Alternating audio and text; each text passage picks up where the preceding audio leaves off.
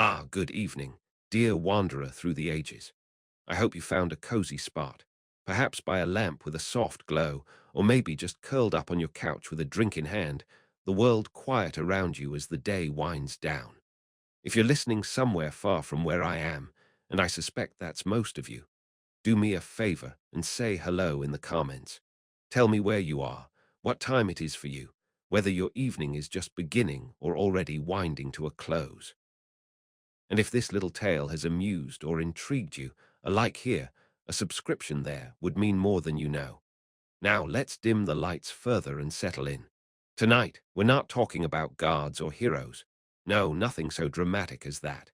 Instead, we'll wander through the shadowy alleys of ancient Greek society, where the real drama was often played out in the kitchen, at the dinner table, or in the whispered gossip of merchants and housewives.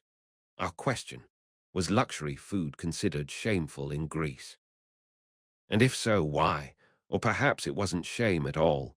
Maybe it was something more complicated, something that involved prestige, guilt, philosophy, and a fair bit of social maneuvering. Let's begin with the obvious. The Greeks loved their food. They ate like anyone else when they could afford it, but they also developed a deep, almost philosophical relationship with what they put in their mouths. Bread, olives, cheese, wine, meat, these were staples, but the real intrigue lies in the exceptions, the things that set one person apart from another. The Greeks didn't just eat, they performed asterisk eating. A meal wasn't just sustenance, it was a stage for status, a ritual of inclusion and exclusion, a way to say, I belong here, or sometimes, I don't. Luxury food in ancient Greece wasn't just about indulgence, it was about boundaries. The word asterisk truff, tauroopsilamphi, is often translated as luxury or indulgence, but it carries more weight than that. It implies excess, yes, but also a kind of moral overreach. To live in asterisk truff was to cross a line, to step into the territory of the decadent, the soft, the unmanly. But here's the twist. Luxury wasn't inherently shameful if it was done right. It had rules like any good performance. Take wine, for example. The Greeks drank it with every meal, but not just any wine. Asterisk thenos, asterisk, the clear, watered-down stuff you'd find in a symposium, was a status symbol all its own. The more expensive the wine, the more diluted it could be without causing scandal. Because, of course, no one wanted to be accused of drinking like a barbarian or a drunken old woman. But if you overdid it, if your cup ran too red, too undiluted, too barbarian, then you risked ridicule. Plato, in his usual manner, suggests that the philosopher king should drink wine sparingly, not because he fears shame, but because true virtue lies in moderation, a middle path between the vulgar and the excessive. But wine was just the beginning. Meat, especially roasted meat, was another battleground. The Greeks ate little meat compared to other ancient societies, unless you were a guest at a symposium or a festival. But when they did, it had to be done properly. To eat too much meat was to invite scorn. You might be called asterisk hypocrites asterisk, a term that originally meant one who answers back, but later took on the connotation of someone who acted beyond their station, someone who played at being something they were.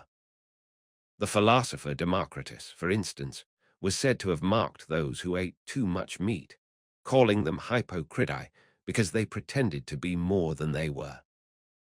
Yet here's the paradox. Luxury food wasn't just about shame or moderation.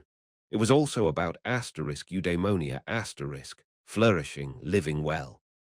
Aristotle, in his asterisk Nicomachean Ethics asterisk, argues that virtue lies in a mean between excess and deficiency, not too much, not too little, but just enough. So if you ate a bit of luxury, just the right amount, you could be seen as cultured, educated, someone who understood asterisk how to enjoy life without losing your soul to it. But let's not romanticize this. The Greeks weren't some noble bunch of moderate men strolling through olive groves, sipping wine with perfect balance. They were human, and like any humans, they had their hypocrisies, their scandals, their moments where the rules bent or broke entirely. Consider Alcibiades, that tragic figure of Athenian history, charming, brilliant, utterly shameless. He was known for his love of fine food, expensive perfumes, and lavish banquets. And yet he was also one of Athens' greatest generals for a time and its most famous orator until he got exiled. His excess didn't disqualify him. It made him memorable, both in life and in death. Then there's the matter of foreign influence. The Greeks prided themselves on being civilized, but that civilization was built on trade, on imports from Egypt, Persia, and beyond, dates, figs, exotic spices, even certain types of fish. To enjoy these things was to acknowledge your dependence on others, which could be a source of pride or shame depending on who you were talking to. Some philosophers, like Xenophon, argued that foreign luxury was corrupting, but others saw it as an opportunity for refinement. And let's not forget the role of women in all this. While men debated wine and meat at symposia, women's luxury was often more subtle. Fine fabrics, perfumes, jewels, but no less contested. A woman who dressed too extravagantly or ate too finely could be seen as *anachuntos, shameless, while one who lived too frugally might be dismissed as unworthy of her husband's household. The tension between luxury and shame was especially acute for women, whose virtue was often tied to their restraint. But perhaps the most fascinating aspect of this is how deeply luxury food intertwined with politics and power. Banquets weren't just social gatherings. They were tools of diplomacy, ways for politicians to curry favor or demonstrate generosity, or, as often, both. To host a lavish banquet was to show off, but also to create obligations. Guests had to reciprocate, and that could bind alliances or create debts. The historian Thucydides describes how the Athenians used public banquets during their empire's height, feeding thousands while claiming it was for the people's benefit, all the while consolidating power. Yet, there's a darker side to this. Luxury food wasn't just about prestige. It could also be a mark of decadence, a slippery slope toward moral decline. Plato, in his Republic, paints a vivid picture of how societies decay when they indulge in excess, when the rich grow too soft, too distant from the hard realities of life, and the poor grow resentful. For Plato, true luxury isn't about what you eat, it's about the soul. So, was luxury food shameful? Not necessarily, not if you knew how to play the game. But it was always dangerous, because luxury could so easily tip into excess, and excess was where the real shame lay. It wasn't the roast pork itself that was shameful. It was eating too much of it, or doing it in front of people who thought you ought to be content with simpler fare. And perhaps this is the key. Luxury in ancient Greece wasn't just about food. It was about performance, about proving that you could enjoy life's pleasures without losing your soul, or at least without admitting that you had one worth losing. The Greeks didn't shame luxury itself. They shamed the wrong way to indulge, the way that said, "I don't care what others think," or worse, "I've forgotten that I should care."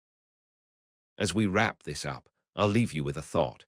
Maybe the real question is whether luxury was shameful, but whether anyone in ancient Greece, or any society for that matter, ever truly believed it was. The Greeks were masters of paradox, and perhaps nowhere is that more evident than in their relationship with food.